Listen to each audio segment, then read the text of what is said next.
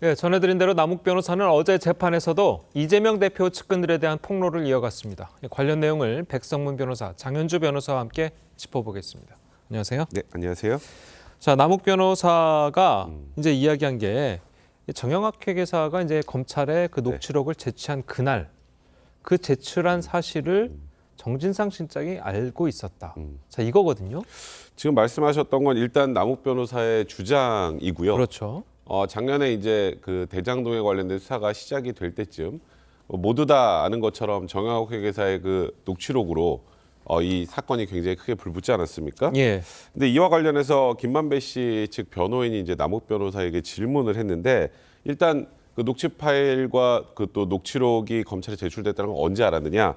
본인은 제출한 당일 저녁에 알게 됐다라고 얘기를 하면서 정진상 실장이 김만배 피고인한테 전화해서 정영학의 검찰에 녹취록을 냈다.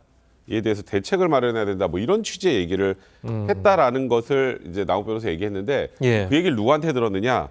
그래서 이걸 김만배 피고인한테 들었는지 정민용 피고인한테 들었는지라고 좀 헷갈리다가 그래도 김만배 피고인한테 들은 것 같다. 이렇게 덧붙인 상황이기 때문에 이게 만약에 사실이라면 정진상 실장은 도대체 누구에게 이 얘기를 들었는가? 이게 또다시 논란이 될 것 같습니다. 예. 자, 만약에 이 주장이 사실이라면 이 당시 검찰의 수사 상황이 이 정진상 실장, 즉 이재명 대표 측에 실시간으로 흘러들어갔다. 자, 이렇게밖에 볼 수가 없는 것인데 예를 들어서 이 주장이 정말로 사실이라면 어떤 처벌을 누가 받게 되는 겁니까? 우리가 일반적으로 공무원이 직무상 알게 된 비밀을 누설했을 때는 공무원 비밀 누설죄로 처벌을 받습니다. 예. 만약에 수사관이 그 수사상의 기밀을 누출했다라는 것이 밝혀진다고 한다면 그 수사관 또는 그 관련된 공무원이 처벌을 받게 될 텐데요. 다만 이거와 관련해서는 정진상 실장 측은 전혀 아는 바가 없고 그 당시에 김만배 씨와 따로 연락한 적이 없다라고 밝히고 있거든요. 예. 지금 남욱 변호사의 얘기는 결국 정진상 실장이 김만배 씨에게 얘기를 해서 김만배 씨가 남욱 씨에게 다시 얘기해줬다. 이런 식으로 전문에 또 재전문이 되기 때문에 이 자체가 얼마나 신빙성이 있는지부터 좀 의문이라고 하겠습니다. 예. 자, 그리고 남욱 변호사 같은 경우에는 지난해 대선 경선을 앞두고 정영학 회계사가 이낙연 전 대표의 측근 윤영찬 의원에게 이 천화동인 1호 실소유주 관련 자료를 넘겼다. 자, 이렇게도 주장을 했습니다. 네. 갑자기 윤영찬 의원이 등장을 했어요. 일단 이 소위 말한 대장동 이슈를 가장 먼저 꺼낸 게 그 당시 경선 당시에 이낙연 후보 캠프 측 아니었냐 이런 얘기도 좀 나오는 상황 아니었겠습니까? 예. 그러니까 일단 2019년 3월에 이제 대장동 일당이 수익 배분을 받고 나서 이제 그 비용 분담 관련해서 이제 갈등이 있었는데 2019년 11월에 정영학 회계사가 지금 말씀하셨던 것처럼 지금 김만배, 정영학 그 사이에 이제 다툼이 있을 때 지금 관련된 굉장히 많은 자료들을 이낙연 후보 측, 그러니까 윤영찬 의원에게 넘겼다라는 얘기를 들었다라는 건데요. 예. 그러니까 그게 이제 정영학 회계사 입장에서 김만배 이제 피고인하고 크게 한번 싸울 때 이제 국회를 좀 이용을 해서 김만배를 압박했다라는 취지의 얘기인 것 같은데, 근데 이제 이 부분과 관련해서는 이제 남욱 변호사가 누구한테 들었는지가 좀 중요한 부분인데요. 이게 뭐 당사자들한테 들은 건 아니고 일단 기자들로부터 전해 받았다. 이런 정도 얘기를 하고 있는 상황이기 때문에 이에 대해서 또 진위 공방이 다툼이 있을 것 같습니다. 예.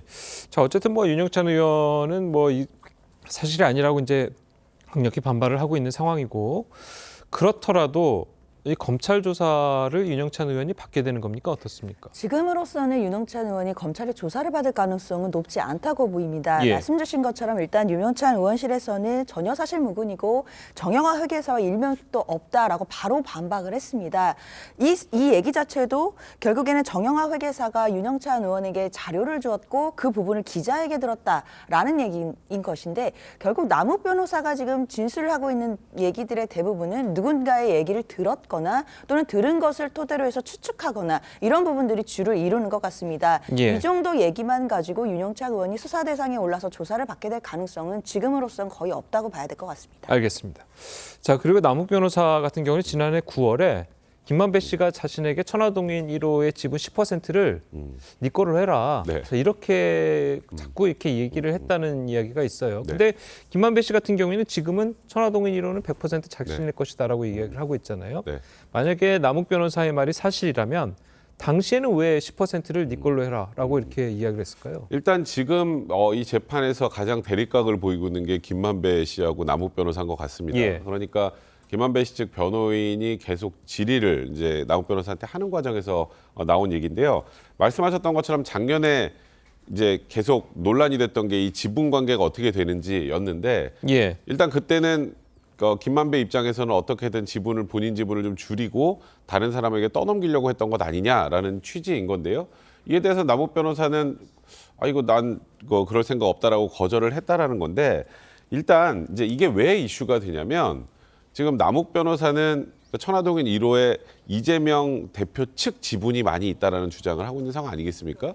그럼 김만배 쪽 입장에서는 아니 그 이재명 대표의 지분인데 그걸 막 10%씩 남욱 변호사 준다는 게 말이 되느냐. 그래서 이제 진술의 신빙성을 문제 삼는 건데 일단 남욱 변호사 측에서는 그때 당시에 어쨌건 논란이 커질 때 일단은 회피하고자 하는 그런 마음으로 본인에게 제안한 것이 아닌가 좀 이런 취지의 진술하고 있는 것 같습니다. 결국은 이제 남 변호사의 이제 신빙성이 얼만큼 입증되느냐 그 문제겠군요. 그렇습니다. 일단 남욱 변호사의 진술 같은 경우에는 전문 진술의 경우에는 이게 증거 능력에 문제가 있을 것이고요. 그리고 결국에 나아가서는 증거 능력이 인정된다고 하더라도 신빙성이 있느냐. 그래서 이것이 얼마나 증명력을 가지느냐의 문제로 변환이 될 것입니다. 근데 김만배 씨 측의 변호인의 주장에 의하면 남욱 변호사가 그동안 많은 조사와 수사 그리고 재판을 받다 보니까 검찰 쪽에 압박이나 회유를 받았을 가능성이 있다, 의심된다라는 얘기를 지금 나오고 있거든요.